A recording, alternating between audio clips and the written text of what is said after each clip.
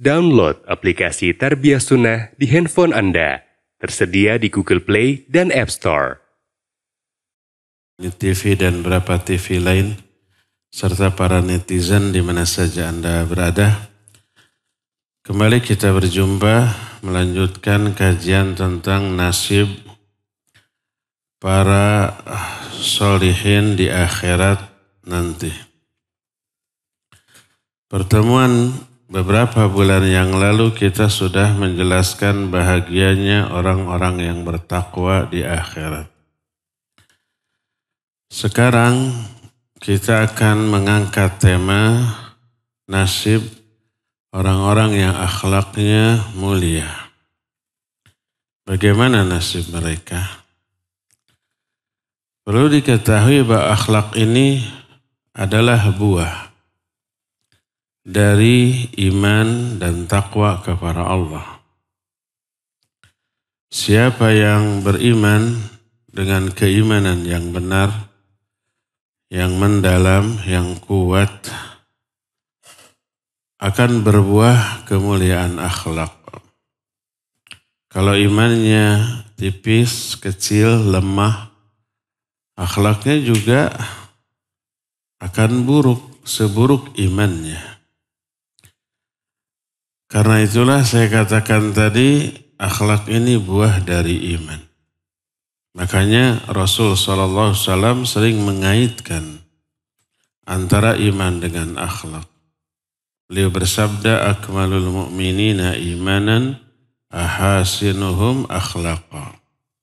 Orang mukmin yang paling sempurna imannya adalah orang yang paling baik akhlaknya. Man kana yu'minu billahi wal yawmil akhir falyaqul khairan aw liyasmut. Falyukrim dhaifah, falyukrim jarahu. Siapa yang iman kepada Allah dan hari akhir, ini iman. Akhlaknya harus baik. Kalau bicara baik atau diam. Kalau ada tamu, muliakan. Ke tetangga juga muliakan. Itu akhlak. Iman teraplikasi di dalam akhlak. Karena itulah akhlak merupakan buah dari iman. Iman baik, akhlak pasti baik. Imannya kuat, akhlaknya pasti mulia. Imannya jelek, akhlaknya pasti buruk.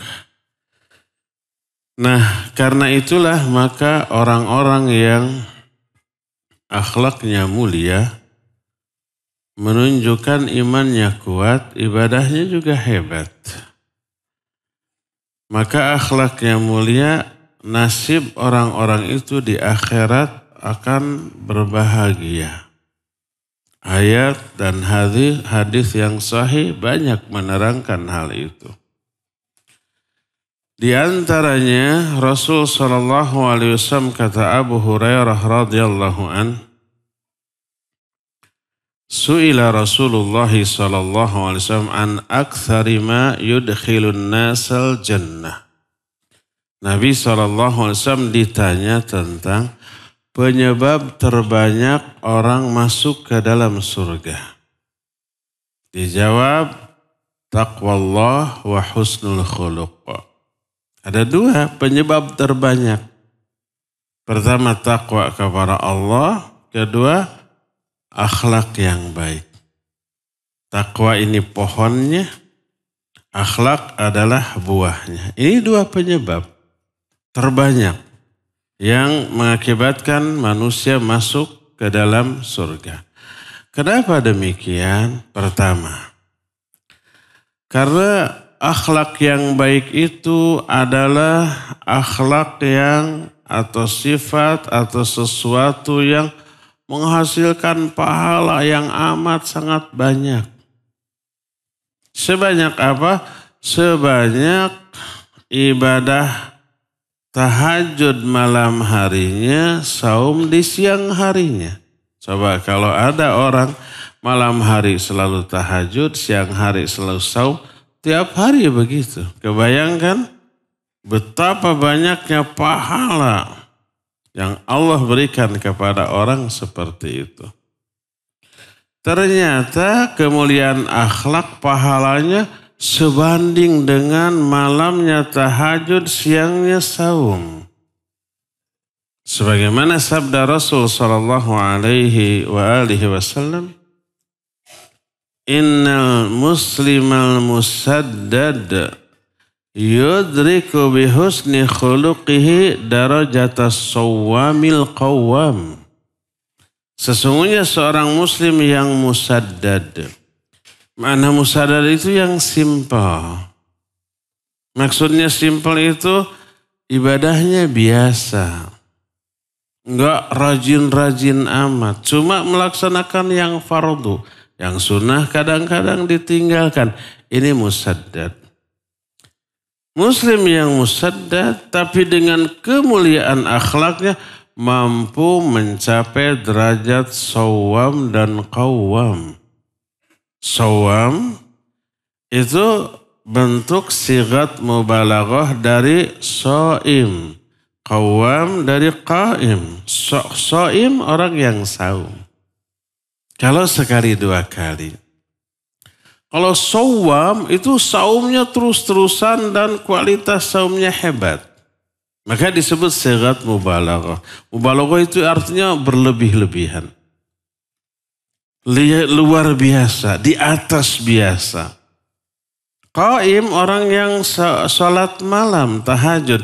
Tapi kalau tahajud terus tiap malam. Dan kualitas tahajudnya hebat. Lama, khusyuk, ikhlas, disebutlah qawwam. Kata Nabi SAW, seorang muslim musaddad dengan kemuliaan akhlaknya, di sini bi husni khuluqihi disebut bi sababiyah. Bi dengan makna sebab.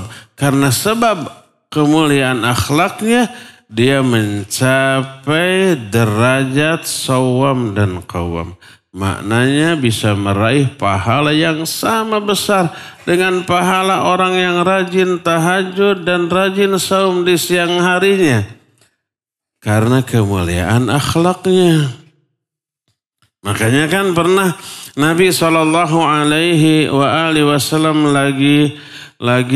lagi ngariung, bahasa Karawang nama. Ngariung itu apa? Ngumpul dengan para sahabat. Tiba-tiba beliau menyatakan sebentar lagi akan datang seorang calon penghuni surga kepada kita. Ternyata kisrik terojol seseorang sambil menenteng dua sendalnya. Oh, ini calon ahli surga. Besoknya gitu, lusanya gitu 3 kali dan yang datang orang yang sama. Sampai seorang sahabat Abdullah bin Amr bin As radhiyallahu anhuma penasaran, ini orang ahli surga ini pasti hebat ibadahnya nih. Mau diintip, mau diselidiki ibadah apa yang dilakukan akan dia ikuti. Biar dia pun dijamin masuk surga seperti orang ini. Lalu dia minta izin 3 hari 3 malam. Diizinkan silakan. Malamnya diintip itu. Dibayangkan bangun semalaman sholat. Ternyata enggak, tidur sampai subuh. Kecuali kalau malam kata orang Karawang malilir. Lilir ini enggak ada terjemahannya. Bangun sebentar lah gitu ya. Dia berzikir. Tidur lagi sampai subuh, enggak tahajud. Subuh ke masjid. Besoknya siang enggak saum, makan aja. Terus enggak banyak baca Quran, berzikir, berdoa, biasa. 3 hari 3 malam diselidiki kayak gitu. Sampai kata Ibnu Abdullah bin Amr bin As, aku sampai meremehkan ibadah orang ini. Setelah 3 hari 3 malam baru dia pamit. Sebenarnya yang menyebabkan saya nginep 3 hari 3 malam karena aku mendengar Rasul SAW menyatakan bahwa engkau ini calon penghuni surga 3 kali. Sebenarnya amal apa sih yang engkau lakukan? Orang itu menjawab, fawallahi kata dia, Ma amiltu illa ma qad ra'ait. Demi Allah, aku tidak beramal apapun kecuali seperti yang telah engkau lihat. Nggak ada istimewanya. Ini yang disebut muslim musaddad. Kan aneh nih, kok kayak gini bisa ke surga ya. Akhirnya pamit. Baru berapa langkah dipanggil lagi. Lalu berkata, demi Allah, tidak ada amal yang aku lakukan kecuali seperti yang kau lihat. Kecuali di dalam hatiku nggak ada kedengkian, kebencian kepada sesama muslim. Bablas. Karena itu dia tidak pernah menyakiti. Karena itu dia tidak pernah menggibahi. Karena itulah dia tidak pernah menzalimi, akhlaknya mulia kepada sama. Oh, inilah yang menjadi penyebab dia ahli surga. Karena walaupun tidak tahajud malamnya, tidak saum siangnya, kemuliaan akhlaknya menghasilkan pahala yang sebanding dengan tahajud dan saum. Ini yang menyebabkan akhlak menjadi penyebab orang masuk ke dalam surga. Karena pahalanya, itu yang pertama. Kedua, pahala itu kan nanti ditimbangnya.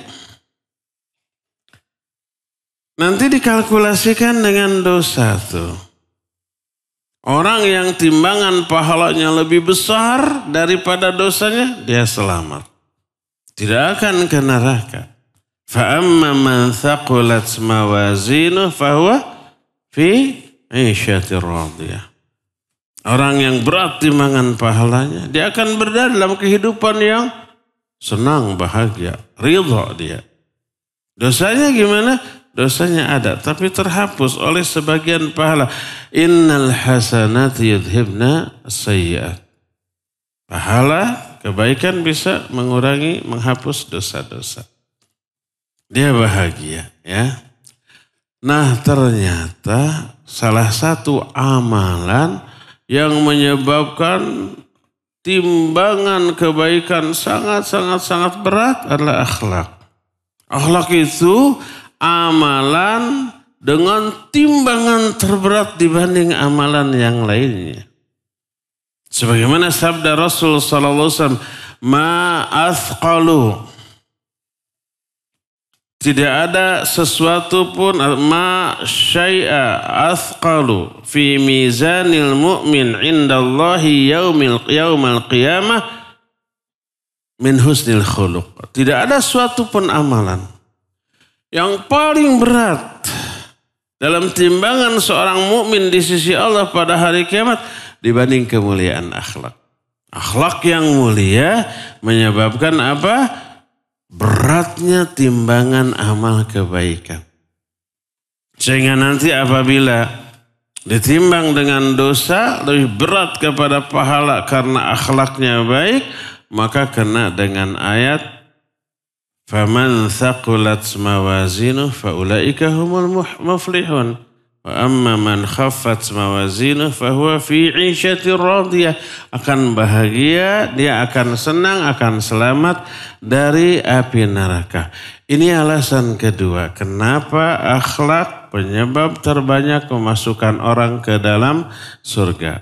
Yang pertama pahalanya besar, yang kedua ternyata di timbangan akhlak ini paling berat dibanding amal soleh yang lainnya. Ketiganya, akhlak itu menyebabkan pertama, orang itu dicintai oleh Allah, oleh Rasulnya. Kedua, pelaku atau pemilik kemuliaan akhlak tinggi derajatnya di akhirat sampai posisinya dekat dengan Rasul Sallallahu Alaihi Wasallam. Di akhirat kan Rasul Sallallahu Alaihi Wasallam pasti levelnya tinggi itu.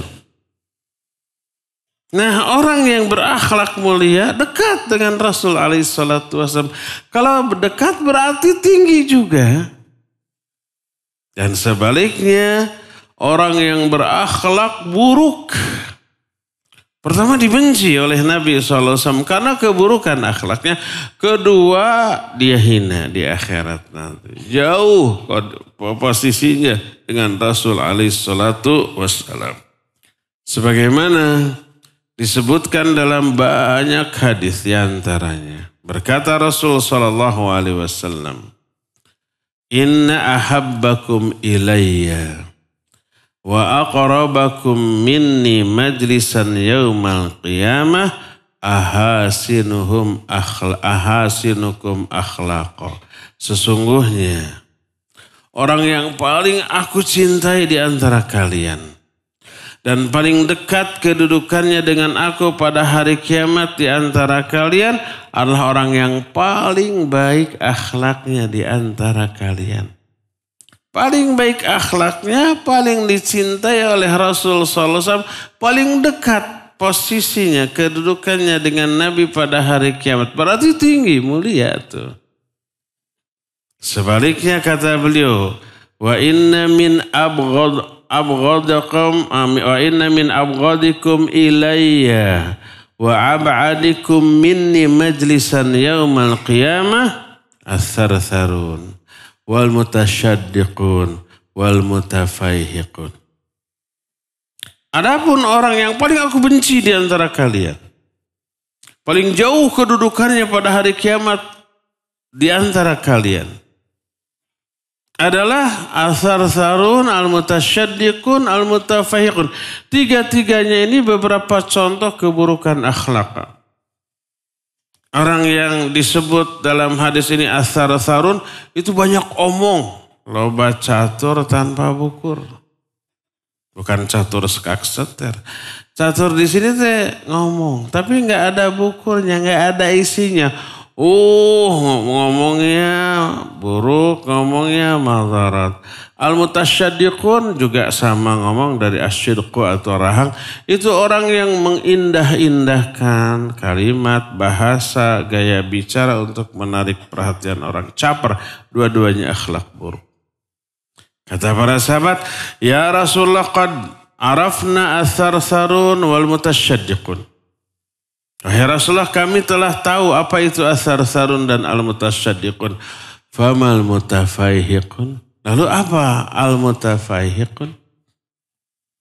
Lalu beliau menjawab, al-mutakabbirun. Orang yang takabur, orang yang sombong, arogan. Ini tiga-tiganya akhlak buruk. Paling dibenci oleh Nabi SAW dan paling jauh kedudukannya dengan beliau pada hari kiamat alias akan dihinakan. Dari sini kita tahu akhlak menyebabkan orang yang memilikinya memperoleh kecintaan dari Nabi SAW dan akan dekat kedudukannya dengan beliau pada hari kiamat dalam arti dia akan mulia, dia akan tinggi derajatnya di akhirat. Ini alasan ketiga. Kenapa akhlak menjadi penyebab terbanyak orang masuk ke dalam surga. Itu yang keempatnya. Ketiga apa keempat? Ketiganya. Penyebab keempat.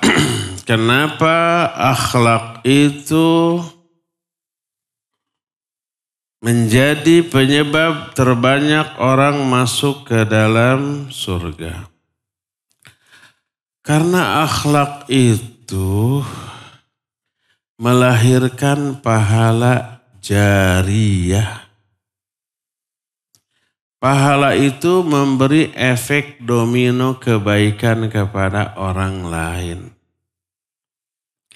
Di antara beberapa efek domino dari akhlak kepada orang lain adalah terciptanya suasana yang nyaman dan menyenangkan dalam kehidupan bersosial.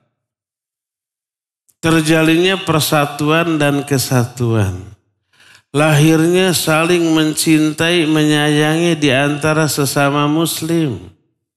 Coba kita tunjukkan kemuliaan akhlak kepada siapapun, kepada anggota keluarga, kepada tetangga, apalagi kerabat ya. Tetangga ada yang sakit, kita yang pertama kali melengoknya.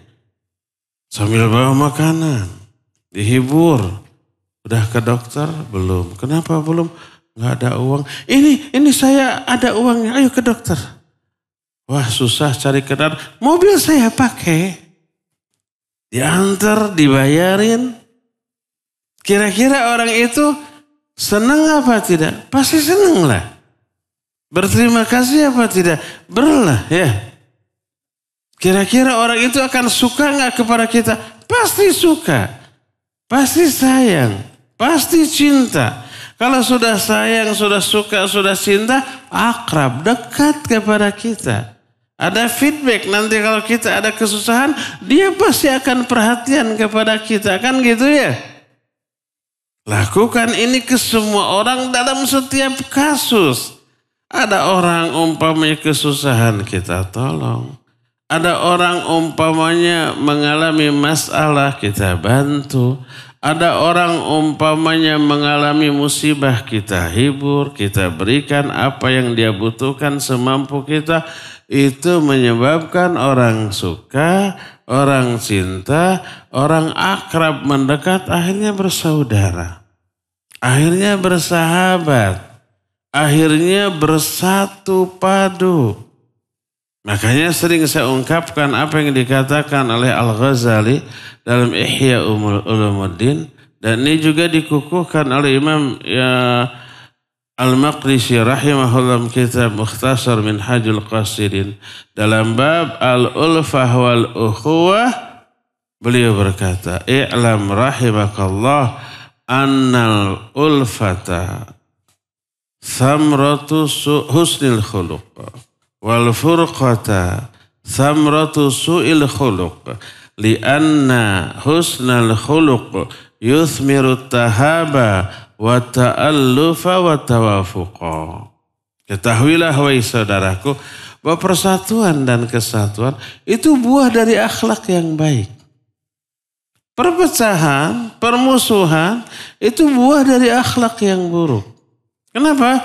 Karena akhlak yang baik melahirkan saling mencintai, saling menyayangi, persatuan dan kesatuan.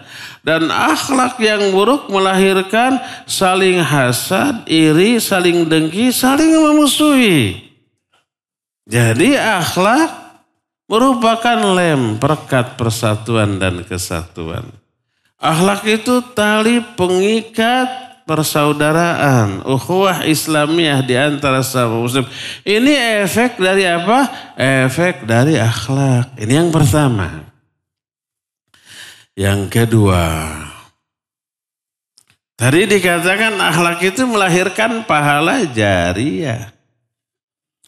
Karena banyak aplikasi akhlak yang melahirkan pahala yang tidak ada putus-putusnya. Pertama, bentuk-bentuk akhlak baik yang melahirkan pahala jariyah adalah infak dan sedekah. Sedekah ngasih, nyumbang ke masjid, ke madrasah, ke pondok-pondok pesantren, ke yayasan-yayasan Islam, yayasan yang mengembangkan dakwah. Itu akhlak yang baik, bentuk akhlak yang baik. Dari sana lahir pahala jariyah. Terus umpamanya infak dan sedekah dalam bentuk fasilitas permanen untuk kepentingan umum. Tadi bikin masjid. Bikin rumah singgah untuk para musafirin. Bikin sumur untuk kepentingan umum. Bikin MCK umum. Menanam pohon di pinggir jalan agar jalan teduh. Orang yang jalan di sana bisa mengalami kesejukan, kadang istirahat di sana, duduk di bawah pohon yang rindang dan teduh, kadang ada buahnya dipetik, dimakan.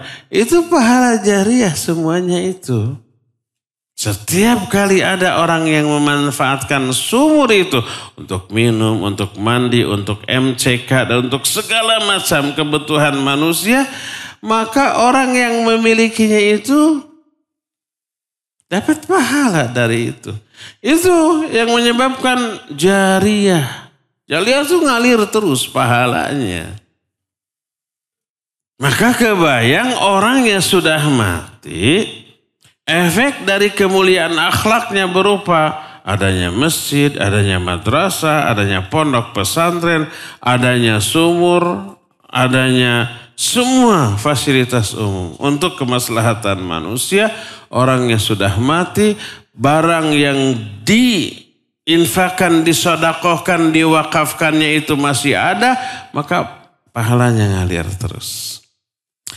Karena itulah banyak sekali baik ayat ataupun hadis yang menjelaskan betapa akan berbahagianya orang yang akhlaknya mulia di akhirat nanti. Di antaranya ketika orang dikumpulkan di padang mahsyar. Orang-orang kan menderitanya kepanasan, terendam oleh keringatnya masing-masing sesuai dengan amal yang dilakukannya ketika di dunia.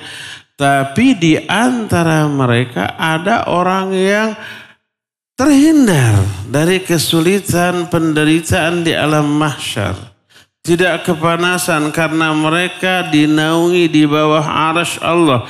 Siapa mereka? Salah satunya orang itu memiliki kemuliaan akhlak. Kita pernah jelaskan ada 7 golongan yang akan dapat naungan. Beberapa di antara itu kemuliaan akhlak. 2 orang yang saling mencintai karena Allah subhanahu wa ta'ala. Orang yang sedekah secara sembunyi-sembunyi itu akhlak. Sampai dalam hadis yang diriwayatkan oleh Imam Muslim. Berkata Rasul sallallahu alaihi wasallam, Allah berfirman, ini hadis kursi, Ainal mutahabuna bi jalali al-yawma udhilluhum fi dhilli yawma la dhilla illa dhilli. Kata Allah, mana sih orang yang dulu waktu di dunia saling mencintai karena Allah, karena aku, saling menyayangi karena aku. Ini salah satu bentuk aplikasi nyata dari akhlak yang baik, saling menyayangi, saling mencintai. Pada hari ini aku akan naungi mereka di bawah naunganku yang tak ada naungan lain pada hari ini kecuali naungan aku. Ini akhlak yang mulia. Dalam hadis yang diriwayatkan Al-Hakim dalam kitab Al-Mustadrak, juga Imam Ibn Hibban, juga Imam Ahmad dalam musnadnya, dari Mu'adz radhiyallahu an, berkata Rasul sallallahu alaihi wasallam, innal mutahabina fillah fi dhilil arsy. Orang yang saling mencintai karena Allah itu akan berada di bawah naungan arsy. Dalam riwayat lain, haqqat mahabbati 'alal mutahabina udhilluhum fi dhillil 'arsy yauma la dhilla illa dhilli. Wajib memperoleh kecintaan dariku, kata Allah. Orang yang saling mencintai karena aku, maka di hari kiamat ini aku naungi mereka di bawah arsy yang tidak ada naungan lain selain naungan aku. Coba lihat. Saya juga pernah katakan di sini. Nanti di akhirat akan disiapkan kursi istimewa. Dalam riwayat lain, mimbar yang bercahaya. Kata Nabi SAW, tunsabu li ta'ifati minan nas karasiyu haulal arsy yaumal qiyamah. Akan disiapkan, ditegakkan beberapa buah kursi di sekeliling arsy pada hari kiamat. Dalam riwayatin manabir min nur, mimbar-mimbar yang bercahaya. Mimbar itu tempat duduk, bukan podium ya. Beda antara mimbar dengan podium. Mimbar Nabi SAW itu tiga lantai, bukan 3 lantai, 3 apa? 3 tangga, 3 anak tangga. Ibnu Athir meriwayatkan kana mimbaru Rasulillah sallallahu alaihi wasallam 3 darajat, qama fi tsaniyah wa qa'ada 'ala tsalitsah. Nabi sallallahu alaihi wasallam mimbarnya itu 3 tingkat. Beliau suka berdiri di tingkat kedua ketika khutbah dan duduk di tingkat ketiga. Mimbar itu tempat duduk dan tempat berdiri. Nah nanti di akhirat disiapkan kursi atau mimbar yang bercahaya, alaiha qaumun. Di atas kursi itu ada satu kaum, ditempati oleh beberapa orang. Wujuhum nurun kal qamari lailatul badr. Wajah mereka bercahaya ibarat bulan pada malam purnama. Walibasuhum nurun. Pakaian mereka pun bercahaya. Laisu bil anbiya wala syuhada. Mereka bukan para nabi juga bukan para syuhada. Yaghbituhumun nabiyuna wasyuhada wassalihun. Tapi para nabi, para syuhada merasa, kata orang Karawang mah, kabita ku kedudukan mereka. Kabita itu apa? Terbita sama kedudukan mereka. Terapa? Kepingin, tertarik, teriming-iming, tergiur.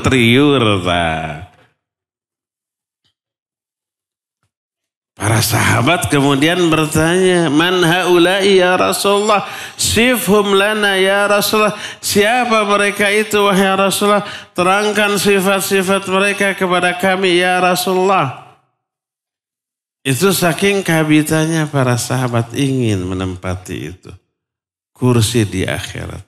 Sementara orang di dunia berebut ngejar kursi dunianya. Sikut kiri, sikut kanan. Miliaran uang keluar. Gagal, gila. Ada yang begitu? Stres. Tinggal hutang numpuk. Kita kejar kursi di akhirat. Siapa? Ternyata mereka bukan ahli ibadah. Tapi mereka itu orang yang mulia akhlaknya. Apa kata Nabi SAW? Mereka orang yang punya 5 karakter. Ini 5-5-nya itu merupakan amalan sosial. Wujud nyata dari kemuliaan akhlak. Pertama kata Nabi SAW, humul mutahabuna fillah. Mereka orang-orang yang saling mencintai karena Allah. Wal mutajalisuna fillah. Mereka orang-orang yang suka bergaul, bermajlis karena Allah. Ketiga, humul mutanasihuna fillah. Mereka orang-orang yang suka saling menasihati karena Allah. Keempat, humul mutazawiruna fillah. Mereka orang-orang yang suka saling mengunjungi karena Allah. Kelimanya, humul mutanasiruna fillah. Mereka orang-orang yang suka saling menolong karena Allah. Lihat, aksi sosial. Kelima, apa sifat ini? Semuanya kemuliaan akhlak kok. Diistimewakan di akhirat. Bahagia mereka di akhirat. Juga diterangkan di dalam hadis lain tentang bentuk kemuliaan akhlak dan apa yang akan dialami, dirasakan oleh orang yang akhlaknya baik tersebut. Diterangkan dalam salah satu hadis riwayat Imam Muslim dan Imam Ahmad. Dari disebutnya Abu Yasr radhiyallahu anhu. Nabi SAW menyatakan, man anzara mu'siran aw wada'a anhu adallahu Allahu fi dhilli. Siapa orang yang memberi tempo kepada orang mu'sir. Mu'sir itu orang berhutang tapi kesulitan membayar hutang. Diberi tempo, kapan kamu bisa bayar? Minggu depan. Pas minggu depan, aduh maaf saya belum punya. Bulan depan gak apa-apa. Diberi tempo. Awadhu atau dilunaskan, ya sudahlah lunas saja. Ini akhlak yang baik atau akhlak yang benar? Baik dan benar. Maka kata Rasul SAW, Allah akan menaungi orang itu pada hari kiamat di bawah naungan Allah pada hari mahsyar nanti. Bahagia kan? Ya. Dalam hadis riwayat Imam Ahmad Sunan Ad-Darimi dengan sanad yang sahih dari Abu Qatadah radhiyallahu an. Ini Abu Qatadahnya orang Madinah, bukan orang Tasik. Ini sahabat. Berkata Rasul sallallahu alaihi wasallam, "Man naffasa an gharimihi aw maha anhu kana fi dhillil arsy yaumal qiyamah. Siapa orang yang memberi kemudahan kepada orang yang gharim. Yang gharim itu yang berhutang ke kita. Diberi kemudahan. Kapan bisa bayar? Minggu depan, bulan depan nggak apa-apa. Gitu ya, diberi kemudahan. Dicicil nggak apa-apa. Atau maha anu dihapus, sudah lunas saja nggak apa-apa. Maka orang itu akan berada di bawah perlindungan arsy atau naungan arsy pada hari kiamat. Lihat betapa bahagianya kemuliaan akhlak berupa memberikan keringanan kepada orang yang berhutang. Di dalam hadis lain yang diriwayatkan oleh Imam Muslim dari Abu Hurairah radhiyallahu an, secara lebih rinci, orang yang akhlaknya mulia, coba lihat ya, kata Nabi SAW, man naffasa an mu'minin kurbatan min kurabid dunya, naffasallahu anhu kurbatan min kurabi yaumil qiyamah. Wa man yassara ala mu'sir yassarallahu alaihi fid dunya wal akhirah. Wa man satara musliman satarahu Allahu fid dunya wal akhirah. Wallahu fi aunil abdi ma kana al abdu fi auni akhi. Kata Nabi SAW, siapa orang yang melepaskan dari seorang mukmin salah satu di antara kesulitan di dunia, apapun bentuk kesulitan itu, sulit ekonomi ya, sulit secara sosial, pokoknya mah merasa kesulitan, lalu kita bantu, dilepaskan dari kesulitannya. Kalau dia sakit, mau ke dokter nggak punya uang, kita kasih uang untuk ke dokter. Kalau dia kelaparan dengan anak istri nggak punya makanan, kita kasih makanan.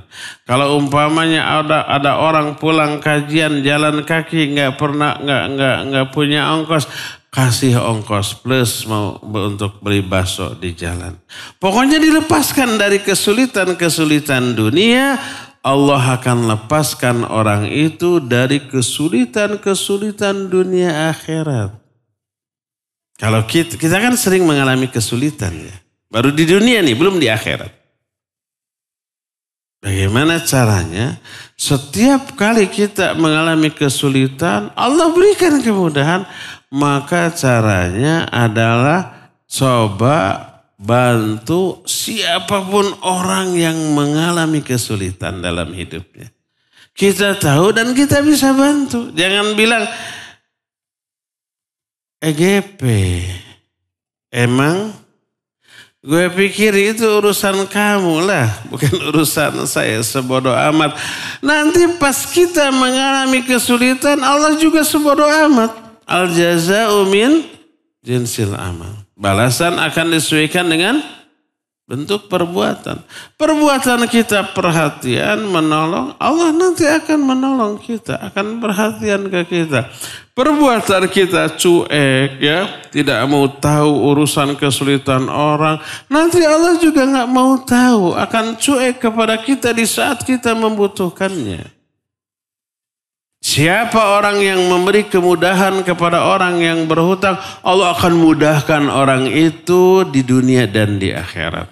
Siapa orang yang menutupi aib orang lain di dunia, Allah akan tutup aib orang itu di akhirat. Allah selalu menolong seorang hamba selama hamba itu selalu menolong saudaranya. Lihat. Termasuk di dalam hadis lain yang diriwayatkan oleh Imam Bukhari dalam kitab sahihnya. Dari Ibnu Umar radhiyallahu anhuma berkata Rasul sallallahu alaihi wasallam, al-muslimu akhul muslim. Man kana fi hajati akhihi kana Allahu fi hajati wa man farraja an muslimin kurbatan farrajallahu anhu kurbatan min kurabati yaumil qiyamah wa man satara musliman satarahu Allahu fid dunya wal akhirah. Siapa seorang muslim saudara bagi muslim lainnya, tidak boleh saling menzalimi. Maka siapa orang yang selalu membantu kebutuhan saudaranya, Allah akan selalu membantu kebutuhan dia. Siapa yang melepaskan seorang muslim dari kesulitan, Allah akan lepaskan orang itu dari kesulitan-kesulitan dunia akhirat. Siapa orang yang menutup aib seorang muslim, Allah juga akan tutup aib orang itu pada waktu di dunia ataupun di akhirat. Intinya ini semua kemuliaan akhlak. Kemuliaan akhlak akan berbalas di dunia sampai di akhirat. Maka ini yang menyebabkan orang yang berakhlak baik di dunia, dia akan bahagia di akhirat. Walaupun orang itu orang yang jarang ibadah, jarang berbuat kebaikan. Sampai diterangkan dalam salah satu hadis, riwayat Bukhari dan Muslim. Dari Abu Hurairah radhiyallahu an, berkata Nabi SAW, kana rajulun yudayinun nas fakana yaqul li fatah idza ataita mu'siran tajawaz anhu la'alla Allah ayatajawaza anna qala falaqi Allah fayatajawaz anhu. Kata Nabi SAW, ada orang waktu di dunianya suka ngasih pinjaman kepada manusia tanpa bunga. Kalau dengan bunga mah tidak boleh, haram, riba.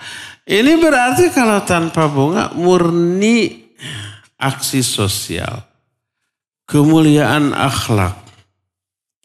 Ketika dia mengirim debt collector, tukang tagih, dia bilang kepada petugas yang dikirim untuk nagih. Kata dia, kalau engkau menemukan orang yang kesulitan membayar hutang, lunaskan, hapuskan hutangnya. Semoga Allah pun menghapuskan dosa dan azab dari kita. Apa yang terjadi? Kata Nabi SAW, ketika di akhirat orang itu berjumpa dengan Allah, lalu Allah hapuskan dosa-dosanya. Lihat, kemuliaan akhlak melahirkan ampunan. Bahkan masih dari Abu Hurairah, riwayat Imam An-Nasai, Ibnu Hibban dan Al-Hakim dengan sanad yang sahih, berkata Nabi SAW, inna rajula lam ya'mal khairan qatta wa kana yudayinun nas fayaqulu li rasulihi khudh ma tayassara watruk ma asara wa tajawwaz la'alla Allah yatajawwaza anna. Falamma halak qal hal amilta khairan qatta qala la illa annahu kana li ghulam wa kuntu udayinu nas fa idza ba'athuhu yataqadha qultu lahu khudh ma tayassara watruk ma asara wa tajawwaz la'alla Allah ayatajawwaza anna qala Allah ta'ala qad tajawaztu anka. Ada orang selama hidupnya di dunia, dia tidak pernah berbuat kebaikan. Kecuali, ada kecualinya, satu saja. Dia suka memberikan pinjaman ke orang.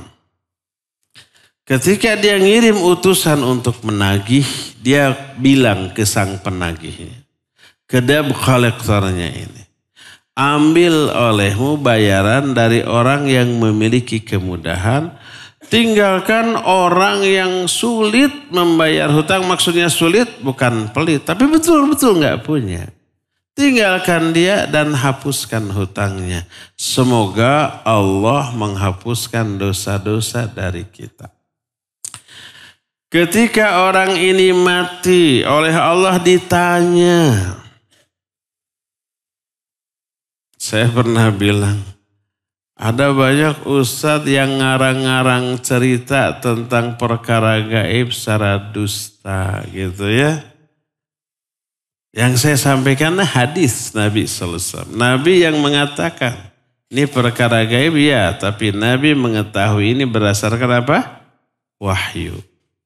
Ketika orang ini mati, Allah bertanya, pernahkah kamu berbuat baik sedikit saja waktu di dunia? Orang ini menjawab, tidak ya Allah. Kecuali aku dulu waktu di dunia punya seorang pembantu, debt collector. Aku suka memberikan pinjaman ke orang. Kalau aku utus pembantuku untuk menagih hutang, aku berkata kepada dia, ambil bayaran dari orang yang memiliki kemudahan untuk membayar, tinggalkan orang yang kesulitan dan hapuskan hutangnya. Semoga Allah menghapus dosa-dosa kita. Apa kata Allah? Aku telah hapuskan dosa-dosamu. Kita lihat akhlak yang baik berupa memberikan kemudahan kepada orang yang berhutang, berbuah manis di akhirat. Dosanya diampuni dan orang tersebut akan mengalami kebahagiaan yang tidak dimiliki oleh orang lain. Ini buah dari kemuliaan akhlak. Di antara kemuliaan akhlak yang lain adalah yang nanti akan berbuah manis di akhirat. Menyebabkan pelakunya berbahagia. Tinggal 1 menit deh. Adalah orang yang mampu menahan amarah di saat dia emosi.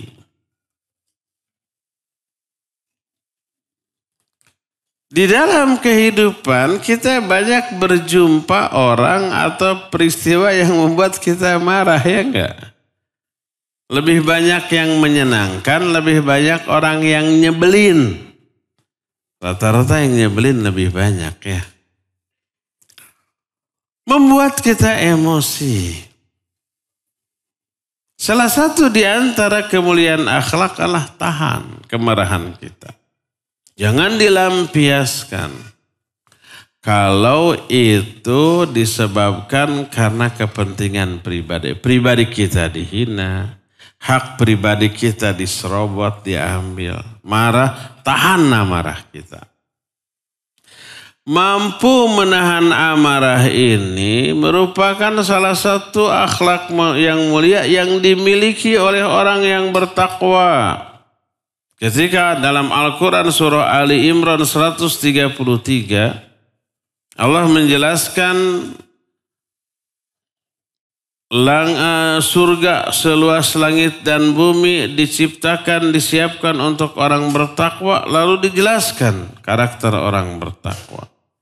Allah menyatakan wasari'u ila maghfiratin min rabbikum wa jannatin arduha samawati wal ard u'iddat lil muttaqin alladzina yunfiquna fis sarra'i wad dharra wal kadhimina al ghaidha wal 'afina 'anil nas wallahu yuhibbul muhsinin.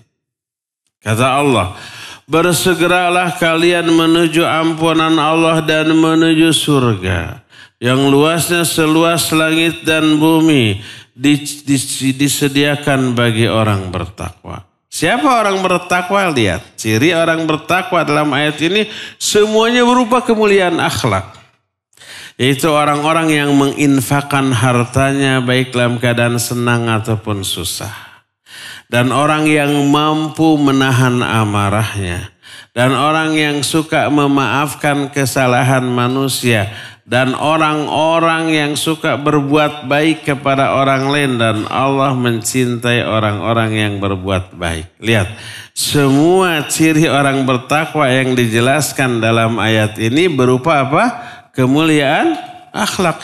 Infak, menahan amarah, memaafkan kesalahan manusia, berbuat baik kepada orang. Lalu disebut Allah mencintai orang-orang yang berbuat kebaikan. Ini kemuliaan akhlak. Diterangkan pada salah satu hadis, di akhirat nanti orang ini berbahagia. Gimana bentuk kebahagiaannya? Coba lihat. Bayangkan andai ini terjadi di dunia, kita bukan hanya bahagia, pakai bingit sebahagianya. Saya nggak tahu orang Kerawang ngerti bingit. Bingit itu plesetan dari apa? Banget, tapi bingit gitu bangetnya itu. Bangetnya itu sangat. Kalau ini terjadi di dunia, Saya yakin semua bahagia. Saya pernah merasakan mengalaminya. Dan banyak di antara antum yang pernah mengalaminya. Dan banyak yang sudah lupa. Dan banyak yang ingin lagi. Apa sih penasaran ya? Coba lihat ya. Kata Rasul SAW dalam hadis yang diriwayatkan oleh Imam At-Tirmidzi. Dan Imam Abu Daud. Diterima dari Sahal bin Mu'ad bin Jabal radhiyallahu anhu. Berkata Rasul sallallahu alaihi wasallam, "Man kadzama ghaidhan wa huwa yaqdiru ala ayyunaffidahu, da'ahu Allahu ala ru'usil khalaiqi yaumal qiyamah hatta yukhayyiruhu fi ayyil huril aini sya'a." Siapa orang yang mampu menahan amarahnya, padahal dia mampu melampiaskannya. Kalau mau balas bisa tuh. Tapi dia tahan. Ini akhlak yang baik apa yang benar? Baik dan benar. Allah pada hari kiamat memanggil orang ini di hadapan semua makhluk. Dan Allah akan mempersilakan orang itu memilih bidadari mana saja yang dia suka. Kira-kira bahagia, gembira, atau senang? Semuanya. Makanya saya tadi andai ini teralami di dunia, bahagia apa senang kita? Ya bahagia, ya senang, yang gembira, pakai bingit. Itu umpamanya ahwat berjejer, semuanya itu kualitasnya super, grace.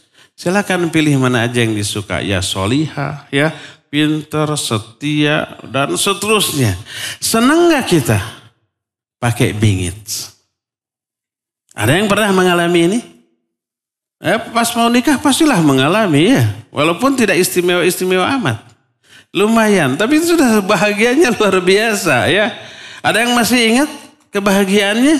Ada yang masih merasakan? Banyak yang lupa. Ada yang masih kepingin? Semuanya. Semuanya kepingin. Di akhirat orang itu berbahagia. Karena apa? Karena kemuliaan akhlak dalam bentuk mampu menahan amarah. Padahal dia mampu melampiaskannya. Ya.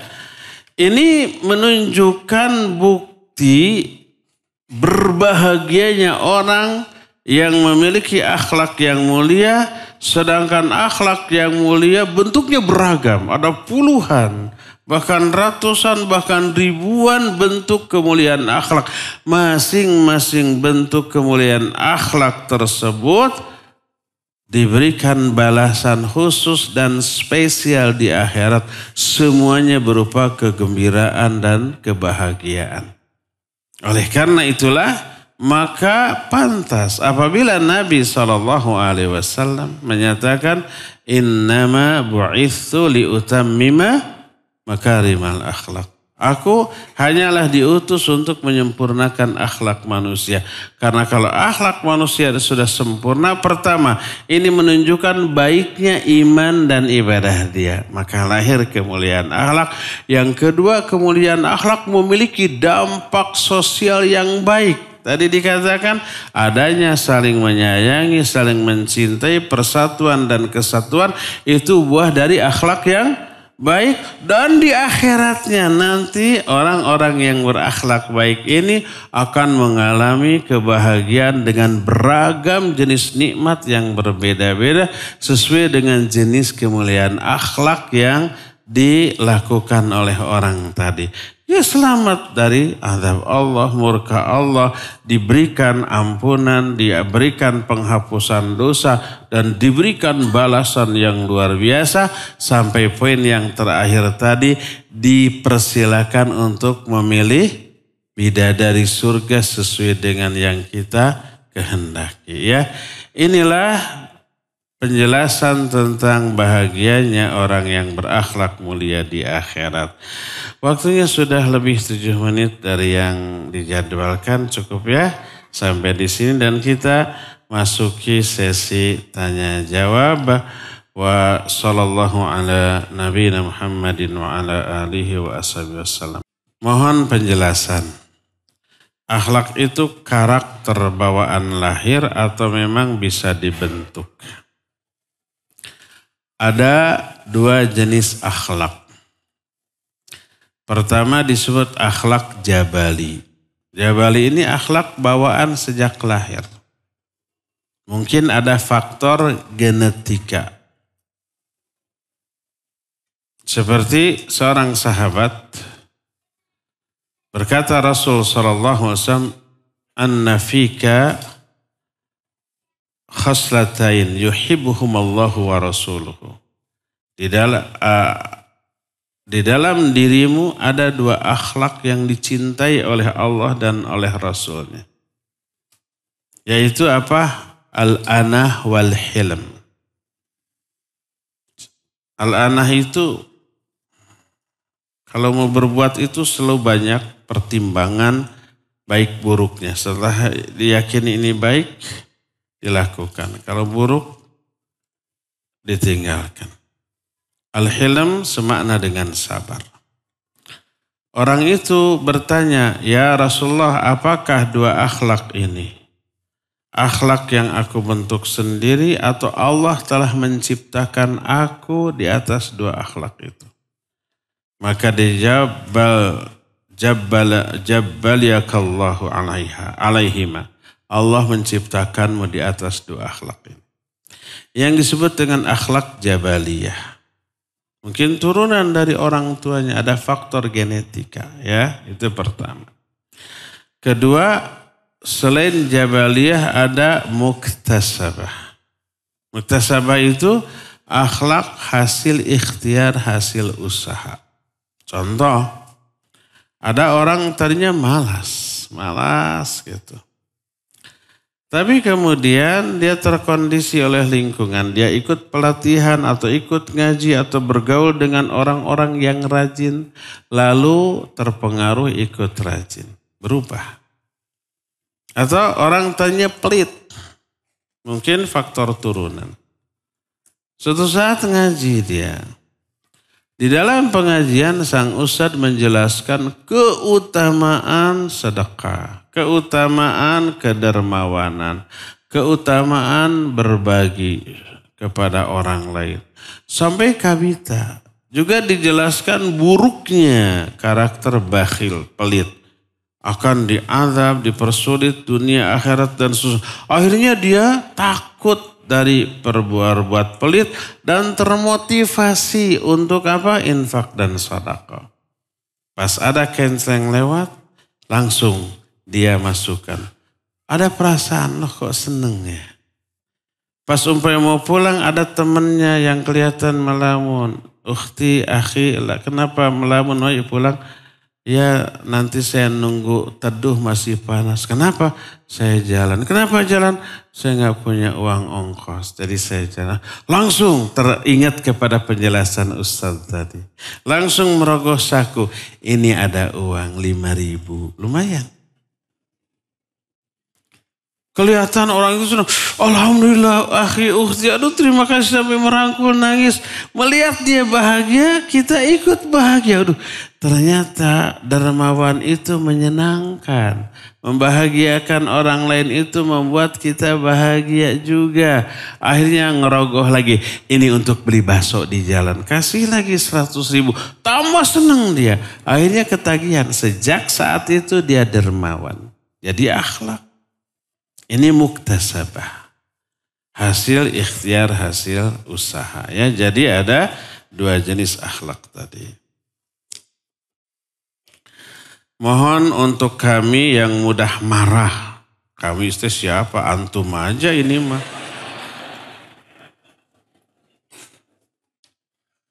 Tapi tidak menyadari kalau diri ini gampang emosi. Itu antum mah. Enteng menggibah tapi tidak menyadari kalau ini telah menggibahi. Sadar aja, saya nasihatkan sadar. Karena selama ini tidak sadar ya. Sejak sekarang sadarlah. Bahwa antum suka menggibah, suka emosi ya. Gitu gampang. Dari Ahwat ada? Silakan kalau ada bicara. Bismillah.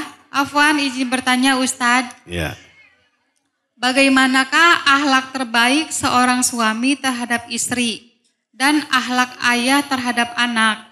Apakah istri boleh meminta haknya di akhirat jika suami berakhlak buruk terhadapnya? Jazakallahu khairan katsira.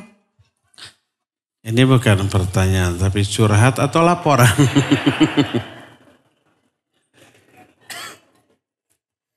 Bagaimana akhlak yang baik seorang suami kepada istri? Ini perlu daurah khusus.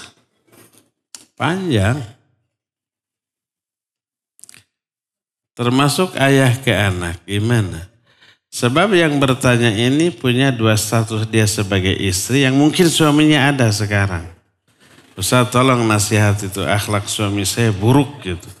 Sekaligus ayahnya ada juga di sini. Pulang berantem nanti. Umi lapor ke Ustaz, saya malu tahu. Taib, barakallahu fiik. Saya nggak tahu nanti ada nggak pertanyaan Ikhwan. Gimana akhlak seorang wanita solihah ke suaminya ya? Biar balance, biar seimbang. Ketika kita menikah, seorang lelaki menikahi perempuan, ada perintah Allah yang wajib ditunaikan oleh setiap suami dan ada wasiat Rasul SAW kepada setiap suami bagaimana cara memperlakukan istri. Ayatnya, ayat Allah ini dicantumkan di surat-surat nikah. Coba antum buka lagi. Bagi yang punya surat nikah.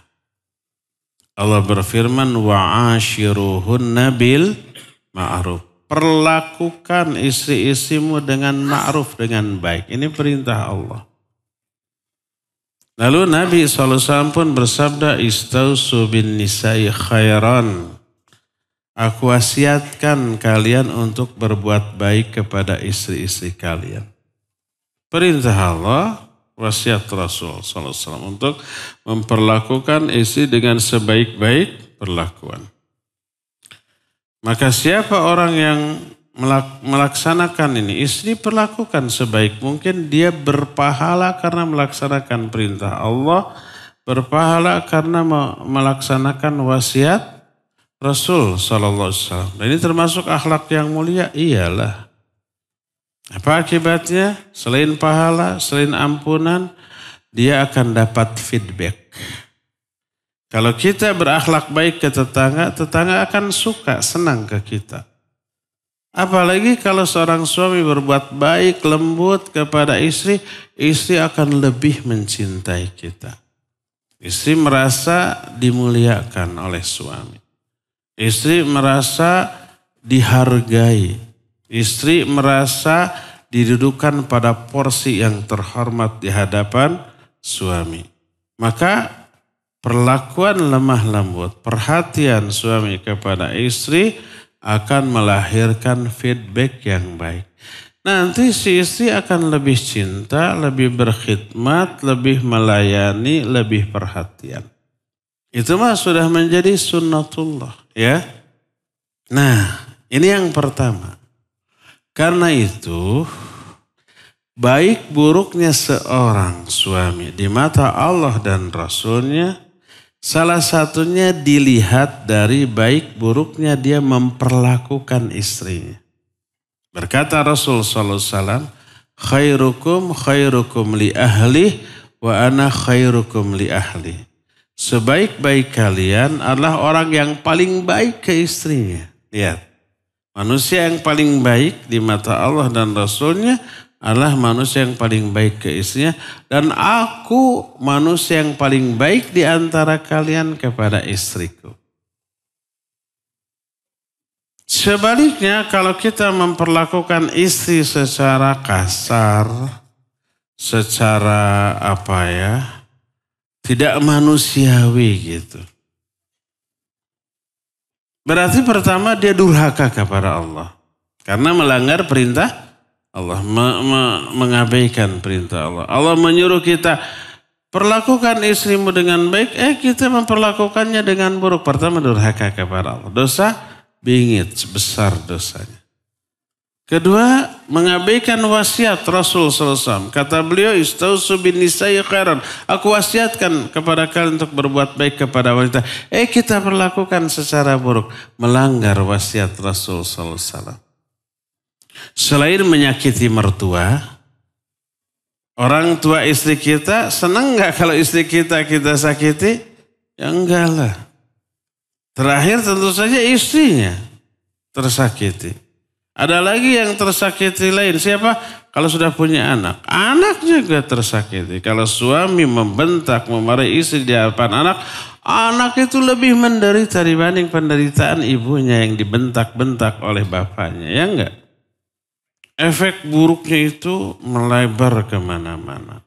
Apa akibatnya? Akibatnya kalau seorang suami dan istri juga membalas dengan keburukan yang sama, kasar, buruk, tercabutlah kebaikan dan barokah dari kehidupan rumah tangga itu. Bersabda Rasul SAW kepada Aisyah, Ya Aisyah irfiqi fa inna allaha idza arada bi ahli baitin khaira adkhala alaihim rifqa. Hei Aisyah, bersikap lemah lembutlah engkau. Karena apabila Allah menghendaki kebaikan dalam sebuah kehidupan rumah tangga, Allah akan masukkan kepada mereka sikap lemah lembut. Suami lemah lembut ke istri, istri lebih lemah lembut lagi kepada suami. Orang tua lemah lembut ke anak-anaknya. Anak-anak juga lebih lemah lembut kepada orang tuanya. Anak-anak nanti menerapkan itu ke saudaranya, kakak ke adik, adik ke kakak, majikan ke pembantu, pembantu ke majikan, semua bersikap baik, lemah lembut. Nyaman gak hidup dalam rumah tangga seperti itu? Nyaman, betah. Ini slogan Baiti Jannati akan tercipta. Rumahku adalah surgaku. Tak ada kezaliman, tak ada celaan, tak ada saling menyinggung, saling menyindir, saling memarahi, saling menzalimi, tidak ada. Yang ada kebaikan dari yang satu kepada yang lain, satu anggota keluarga kepada seluruh anggota keluarga, maka betahlah kehidupan rumah tangga tersebut. Ya, oleh karena itu wahai para suami, wahai para orang tua, perlakukan istri-istri kalian, anak-anak kalian dengan sebaik-baik perlakuan. Itulah perintah Allah, itulah wasiat dari Rasul Sallallahu Alaihi Wasallam. Semoga para akhwat puas. Sekarang sebaliknya. Siap-siap akhwat. Bagaimana kalau agar istri berakhlak baik kepada suaminya? Kemarin di Bandung ada daurah tuh. Bait-bait khairun nisa oleh Ustadz Firanda. Ditargetkan 1.000 orang. Tapi membludak lebih gitu ya. Katanya hasilnya ada, kerasa. Para awat yang ikut daurah itu begitu pulang langsung bilang ke suaminya, Abi maafkan Umi selama ini. Gitu tuh. Coba adakan di Karawang. Ya. Undang Ustadz Firanda bahas lagi itu ya. Dan qadarullah isi daurah itu tidak diupload ke YouTube ya. Tidak ya. Pokoknya seru lah gitu ya. Nanti akan ada sesi kedua. Nanti ahwat ngusulkan sekarang bait-bait laki-laki atau suami solih gitu. Nanti biar balance gitu ya. Sudah gitu aja. Semoga ahwat yang bertanya tadi puas. Ketika kita berinfak kepada fasilitas umum yang kita juga ikut menikmati fasilitas umum tersebut. Termasuk amal jariah. Iya, umpamanya kita bikin MCK umum. Tapi kita juga pakai. Boleh saja ya. Nggak apa-apa. Tetap jariahnya dapat tetap. Ketika kita pakai, kita berpahala. Ketika orang lain pakai, orang lain yang memakai itu melahirkan pahala bagi kita yang jariah fasilitas umum tersebut. Ahwat lagi silakan. Assalamualaikum warahmatullahi wabarakatuh. Waalaikumsalam. Afan Pak Ustadz, Ana mau nanya. Ini yang tadi bukan? Suaranya mirip. Beda Pak Ustadz. Oh beda. Sok menyentak. Terus. Nah.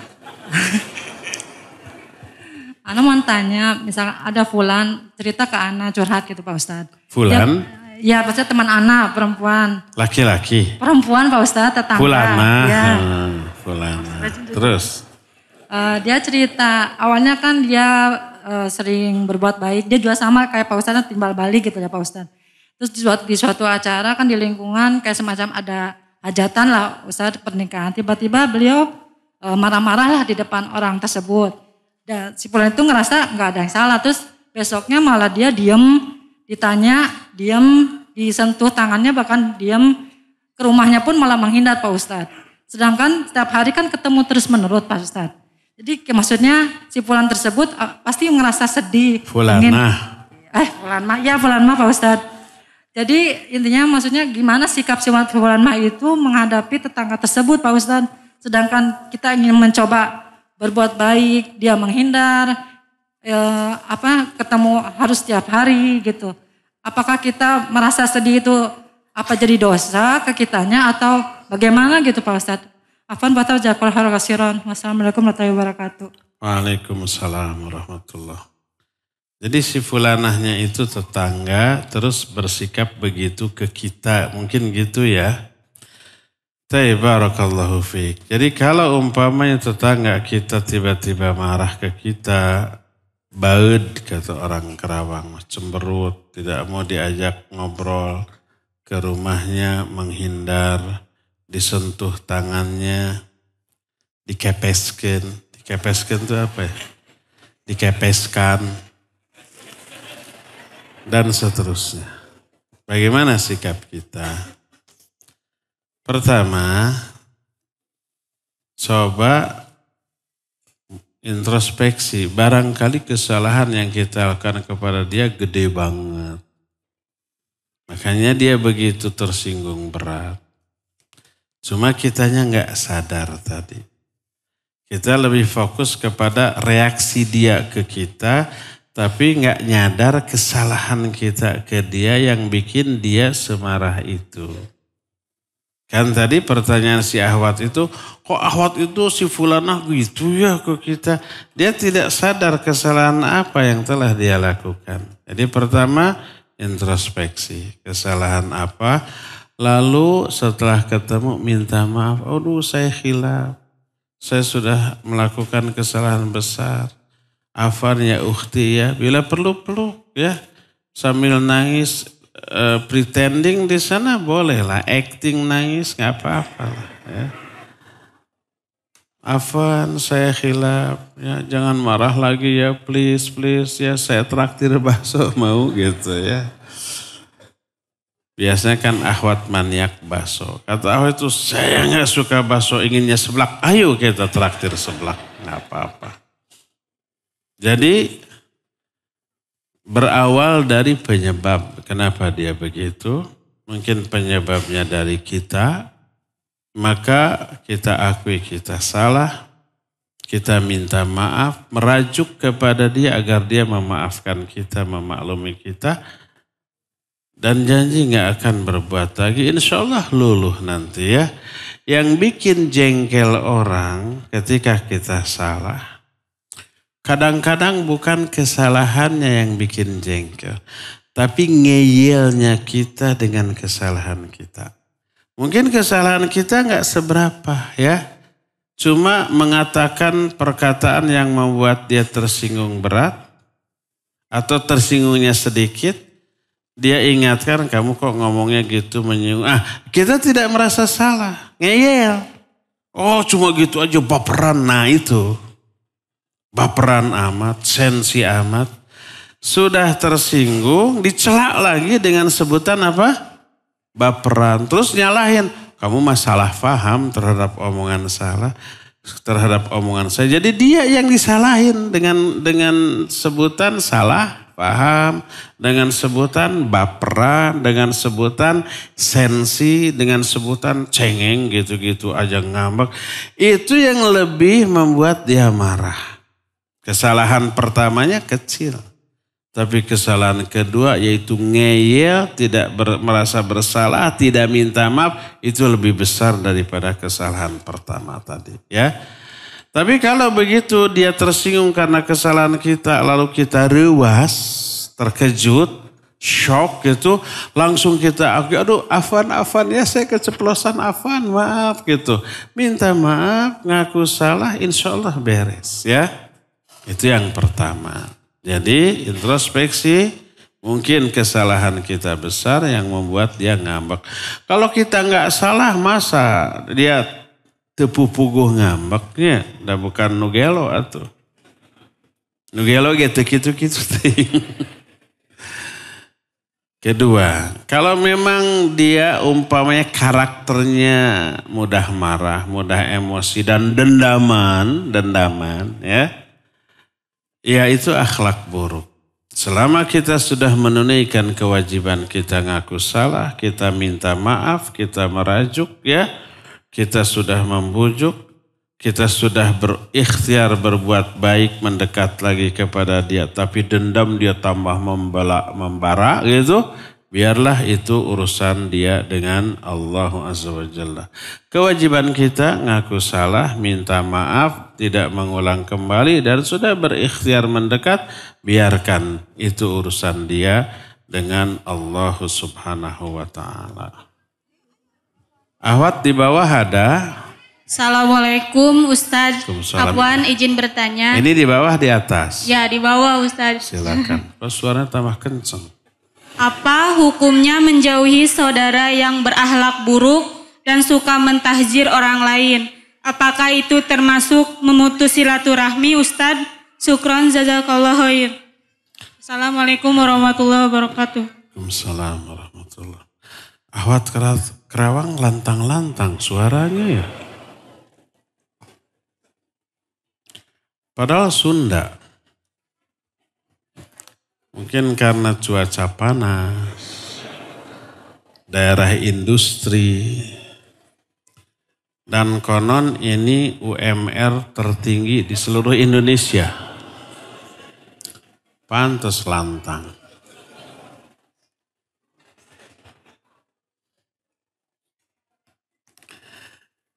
Ya, menjauhi teman yang akhlaknya buruk. Pertama tadi ya, dia suka mentahdzir. Pertama, kalau ada orang yang akhlaknya buruk ke kita, pertama introspeksi. Barangkali dia berbuat begitu tuh karena kesalahan kita. Karena kekeliruan kita. Itu dulu ya. Kalau betul tertemukan sebab dia ke orang lain nggak begitu. Hanya ke kita. Pertama kita introspeksi, akui salah, minta maaf, perbaiki.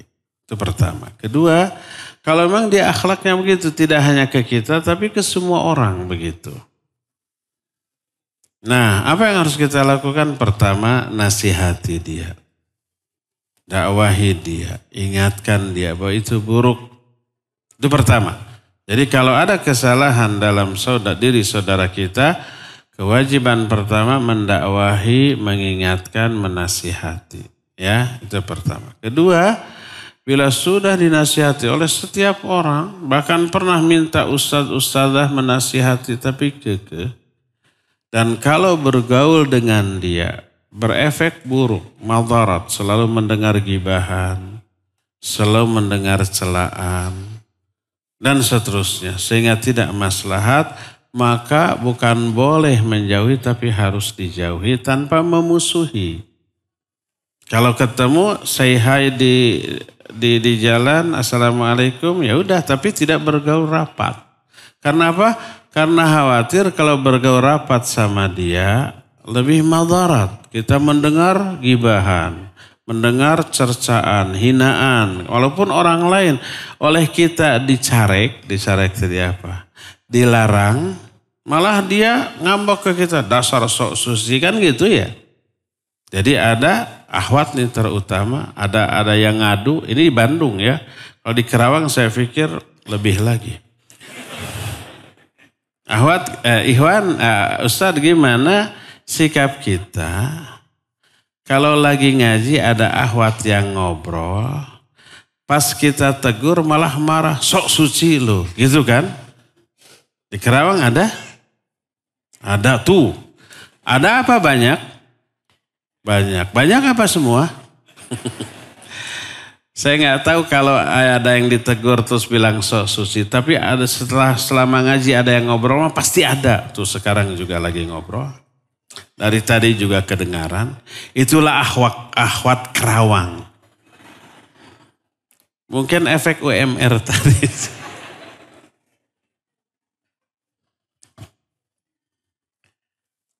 Jadi nasihati. Kalau sudah dinasihati, malah bilang sok suci kepada kita, hindarkan. Jangan bergaul rapat. Karena bergaul rapat menadarat, dengar gibahan, dengar hinaan, celaan, dan malah kita nanti ke bawah-bawah, bikin hati kotor. Kita yang tadinya nggak tahu aib orang, jadi tahu aib orang. Agak mending kalau benar, kalau salah jadi fitnahan. Kita jadi suudzon, kita jadi tajasus kepada dia. Lihat, ingat, Allah melarang beberapa perbuatan yang berhubungan satu lain satu lain. Pertama, ijtanibu katsiran minadh-dhon, inna ba'dadh-dhonni itsm, wala tajassasu wala yaghtab ba'dukum ba'dha. Jangan berprasangka. Pertama, dari prasangka melahirkan tajassus. Wala tajassasu, jangan bertajassus. Tajassus itu mencari keterangan tentang keburukan orang yang tadi kita duga. Kita suudzon, oh dia begini-begini. Lalu cari keterangan. Dua-duanya dilarang. Setelah ketemu keburukan itu digibahi. Maka dilarang tiga-tiganya. Jangan suudzon, jangan tajassus, jangan gibah. Ya. Jadi kalau ada orang seperti itu, teman kita, jauhi.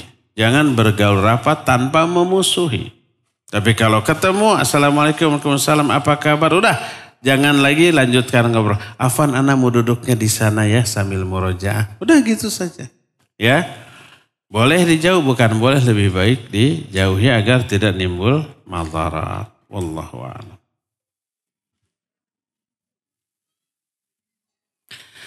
Untuk mendapatkan predikat akhlak yang mulia, apakah harus memiliki akhlak mulia di setiap aspek kehidupan? Iya. Akhlak ini ke beberapa pihak. Ya, yang paling awal, yang paling utama akhlak kita kepada Allah. Gimana akhlak kita kepada Allah? Bertauhid kepada Dia. Ibadah kepada Dia secara ikhlas, itu akhlak. Kedua, akhlak kepada Rasulullah SAW. Ketiga, baru akhlak kepada sama manusia. Ini pun beda-beda, kepada orang tua, ke guru, ya, ke orang yang ke kerabat, ke orang lain yang gak ada hubungan kekerabatan, ke yang lebih tua, ke yang sesama, ke yang lebih muda, akhlak ke binatang plus akhlak ke lingkungan hidup. Wala tufsidu fil ardi ba'da islahiha. Jangan kalian mengadakan kerusakan di muka bumi setelah baik keadaannya. Itu akhlak ke lingkungan hidup. Ya. Jadi ke seluruh aspek, ke seluruh bidang, muliakan akhlak kita untuk meraih kemuliaan akhlak. Ahwat, ada lagi? Assalamualaikum Ustaz. Waalaikumsalam warahmatullahi. Apakah ada perbedaan tingkatan pahala antara orang yang memiliki akhlak mulia dari sononya, ya bahasanya Allah yang kasih, dengan yang diusahakan tadi? Baik. Iya, barakallahu fiik. Pertama, dari aspek mana yang lebih baik, akhlak jabaliyah atau akhlak muktasabah? Para ulama menyatakan lebih utama akhlak jabaliyah. Karena ini faktor turunan, ada unsur genetika, dan itu lebih kuat tertanam mendarah daging. Itu yang pertama. Ya. Sedangkan akhlak muktasabah karena hasil ikhtiar, dia bisa berubah ya. Walaupun akhlak jabaliyah juga bisa berubah karena lingkungan yang buruk. Tapi ini tertanam lebih kuat. Dari segi itu akhlak jabaliyah lebih utama. Kedua, dari segi adanya pengorbanan, ikhtiar dan perjuangan, akhlak muktasabah itu lebih baik. Karena apa? Karena ada ikhtiar, ada usaha, ada perjuangan. Tadinya akhlaknya jelek, lalu dia berjuang, berusaha sampai berubah akhlaknya baik. Hasil ikhtiar, perjuangan, pengorbanan ini melahirkan pahala kebaikan. Berbeda dengan akhlak jabaliyah. Sudah tertanam sejak kecil, sejak lahir. Sebagai faktor bawaan dari orang tuanya. Ya. Nah, jadi dua-duanya memiliki plus minus dari sisi yang berbeda tadi. Wallahu a'lam. Rasulullah SAW bersabda, 3 orang yang Allah tidak akan lihat pada hari kiamat. Pertama, anak durhaka. Kedua, wanita yang menyerupai laki-laki. Ketiga, dayuth. Pertanyaannya, apabila saya dahulu sering bertengkar dengan orang tua saya dalam kurung ayah.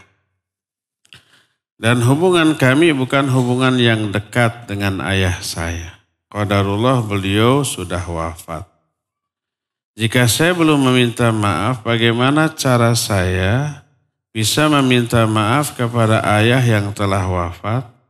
Dan apakah saya termasuk 3 golongan dalam hadis di atas?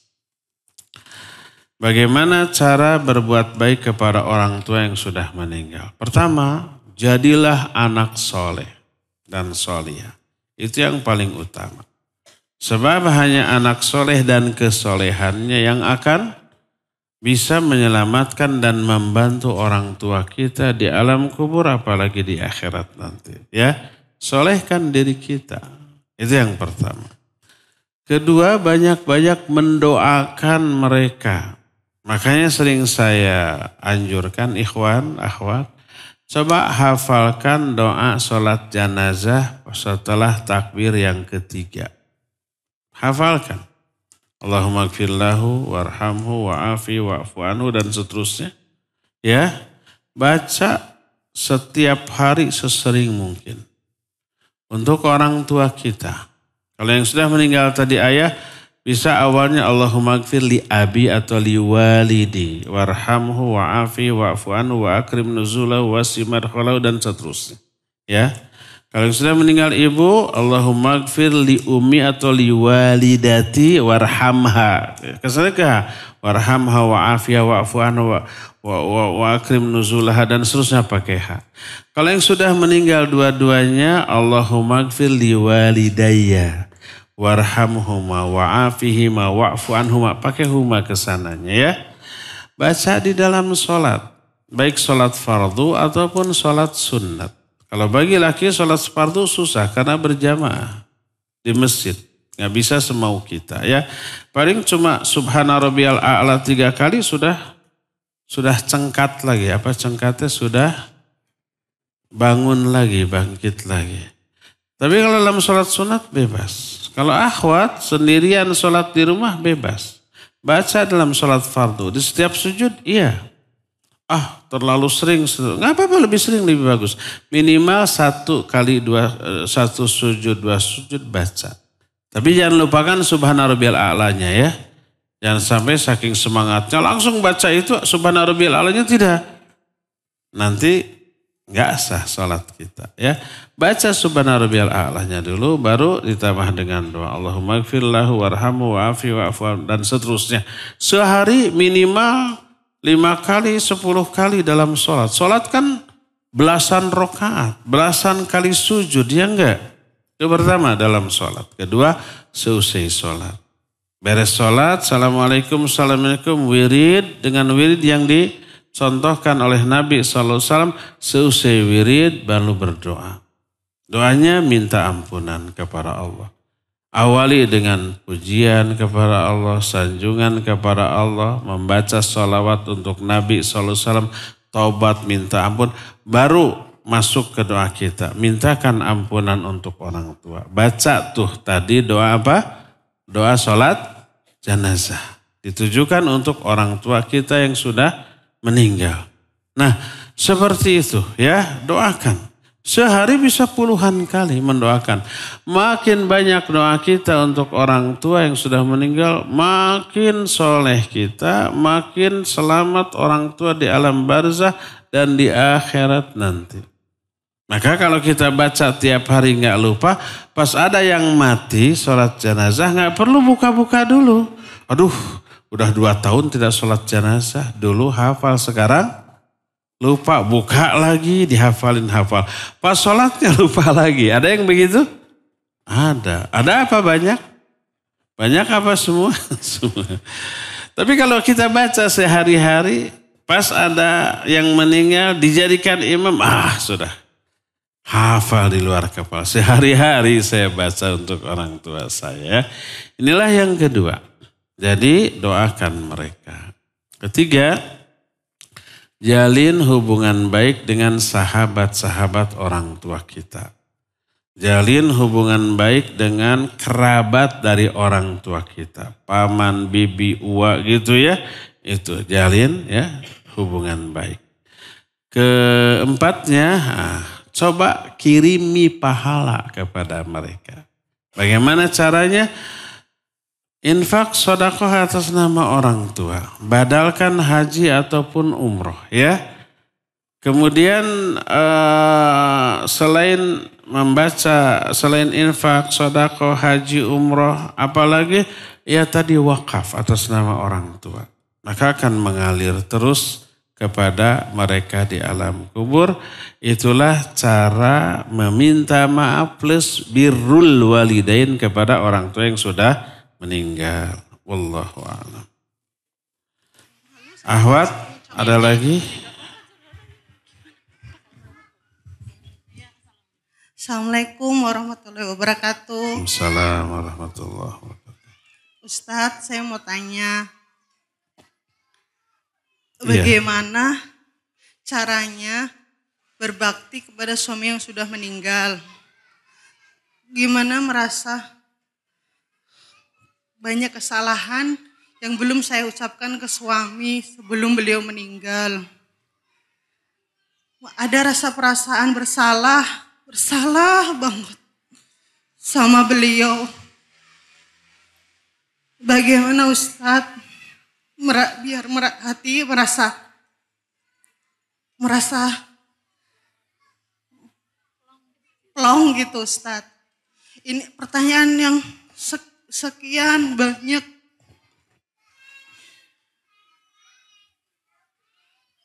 Ingin minta maaf.